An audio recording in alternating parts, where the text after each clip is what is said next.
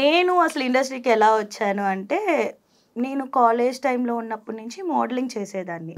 So modelling తర్వాత నాకు కొంచెం మనీ కావాలి సర్వైవల్ పాయింట్కి.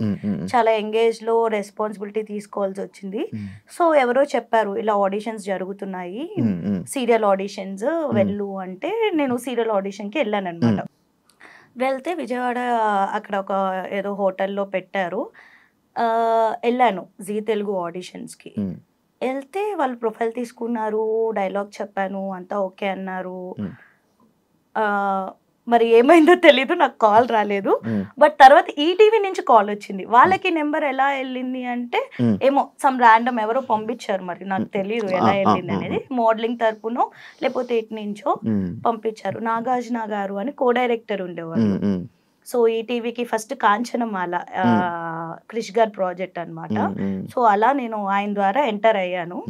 సో అలా సక్సెస్ఫుల్లీ ఇండస్ట్రీలోకి వచ్చాను. ఆ సీరియల్స్ చేస్తున్నప్పుడే నాకు లైక్ షార్ట్ ఫిలిమ్స్ అని, వెబ్ సిరీస్ అని, మూవీ, నేను సీరియల్ చేస్తున్న ఫస్ట్ ఇయర్ నుంచే మూవీ చేయడం స్టార్ట్ చేశాను. సో అట్లాగా మంచి ఆపర్చునిటీస్ రావడం అవన్నీ జరిగాయి. ఓకే, అంటే ఇండస్ట్రీ ఫ్యామిలీ ఒప్పుకున్నారా నీకు? ఏం అనలేదా?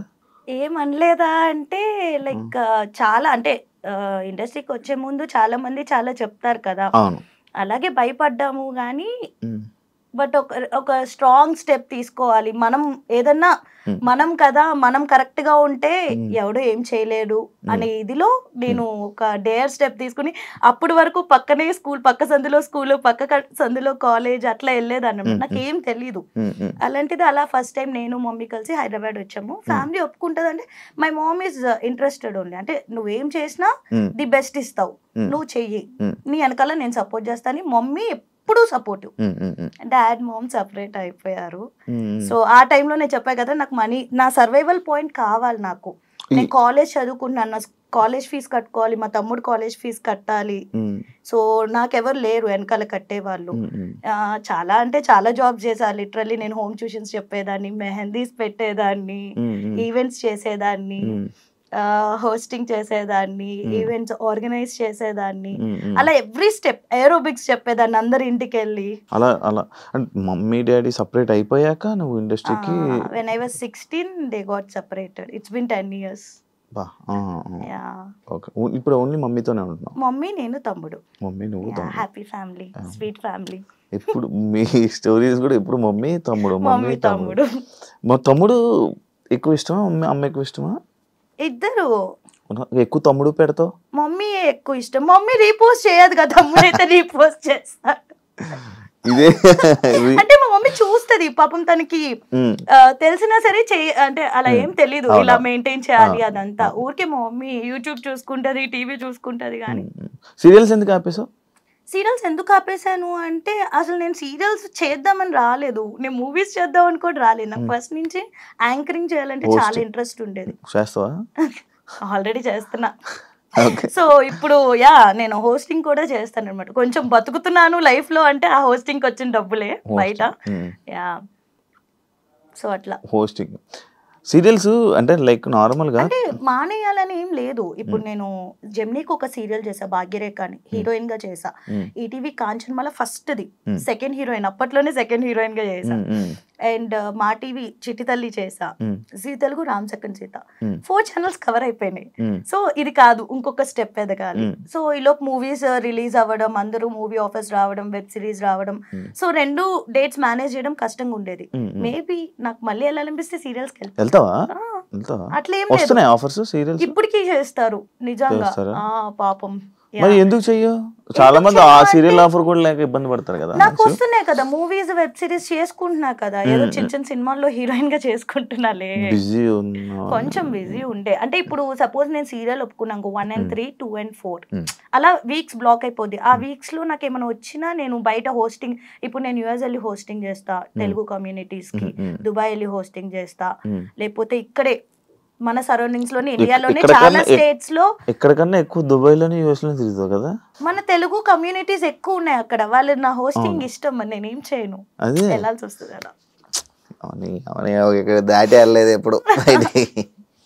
నువ్వు ఈ జబర్దస్త్ వైపు ఈటీవీ వైపు ఎప్పుడు తిరిగావు? ఈ జబర్దస్త్, శ్రీదేవి డ్రామా కంపెనీ. అసలు చెప్పాలి అంటే ఆది గారు బిఫోర్ తెలుసు అనమాట. నేను హోస్టింగ్ చేసేటప్పుడు ఓపెనింగ్స్ కి వాటికి వీళ్ళ టీమ్స్ వచ్చేవాళ్ళు. అప్పట్లో అడిగేవాళ్ళు చేస్తావా అంటే ఆహా చేయను అనేదాన్ని అనమాట. మనకి యాక్టింగ్ ఇవన్నీ అసలు వచ్చిద్దా అనే ఫీలింగ్ లో ఉండేదాన్ని నేను. కాకపోతే చిన్నప్పటి నుంచి ఏంటి అంటే ఒకటి ఏదన్నా అడుగు అంటే దానిలో వేల్లో కాలో పెట్టాను అంటే దానిలో టాప్ ఉండాలనే ఉంటాను, అట్లనే కష్టపడతా, హార్డ్ వర్క్ చేస్తా. సో అట్లా ఆది గారు ముందు అప్రోచ్ అయ్యే లేదు అని చెప్పాను. తర్వాత ఇండస్ట్రీకి వచ్చాక నేను సీరియల్స్ చేసినప్పుడు ఆది గారు అడిగారు జబర్దస్త్ చేయొచ్చు కదా, చేస్తాను అన్న.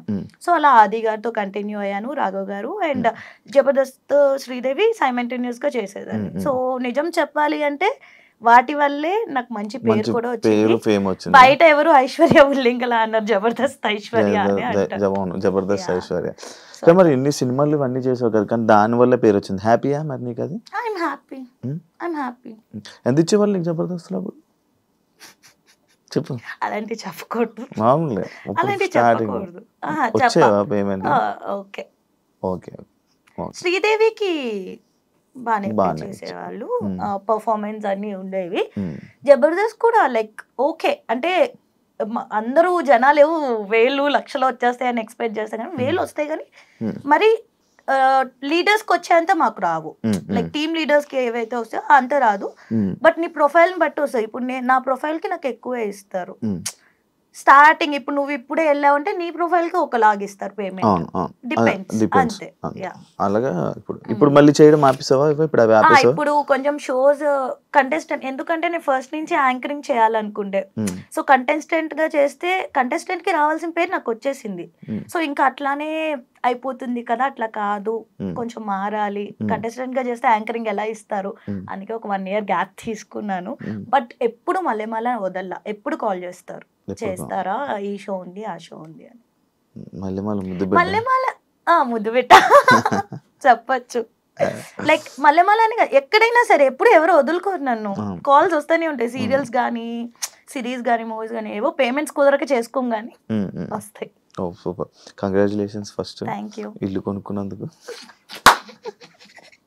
Thank you. ఎంత పడింది? థ్యాంక్ యూ, వచ్చి బాగా చూసినందుకు, ప్రైజానికి వచ్చినందుకు. I know things happen. ఎంత పడింది ఇల్లు? ఎందుకు మజా చెప్ప అందరికి ఎంత పడుతుందో నాకు అంతే పడింది అబ్బా. 3 కోట్లు 4 కోట్లు చెప్పి ఇంకా 10 కోట్లు ఇల్లు కొన్నాను, ఒక 5 కోట్లు స్థలం కొను. బయట అదే చెప్పుకుంటున్నారు. అరే నేను తీసుకుని ఒక కమ్యూనిటీ, చిన్న కమ్యూనిటీలో 10 కోట్లు పెట్టి ఐషు ఇల్లు కొందని బయట మాట్లాడు, ఎట్లా కొంటా నేను? అండ్ 10 కోట్లు ఎక్కడ ఉంటుంది చిన్న కమ్యూనిటీస్ లో? 2 కోట్లు ఉండొచ్చు.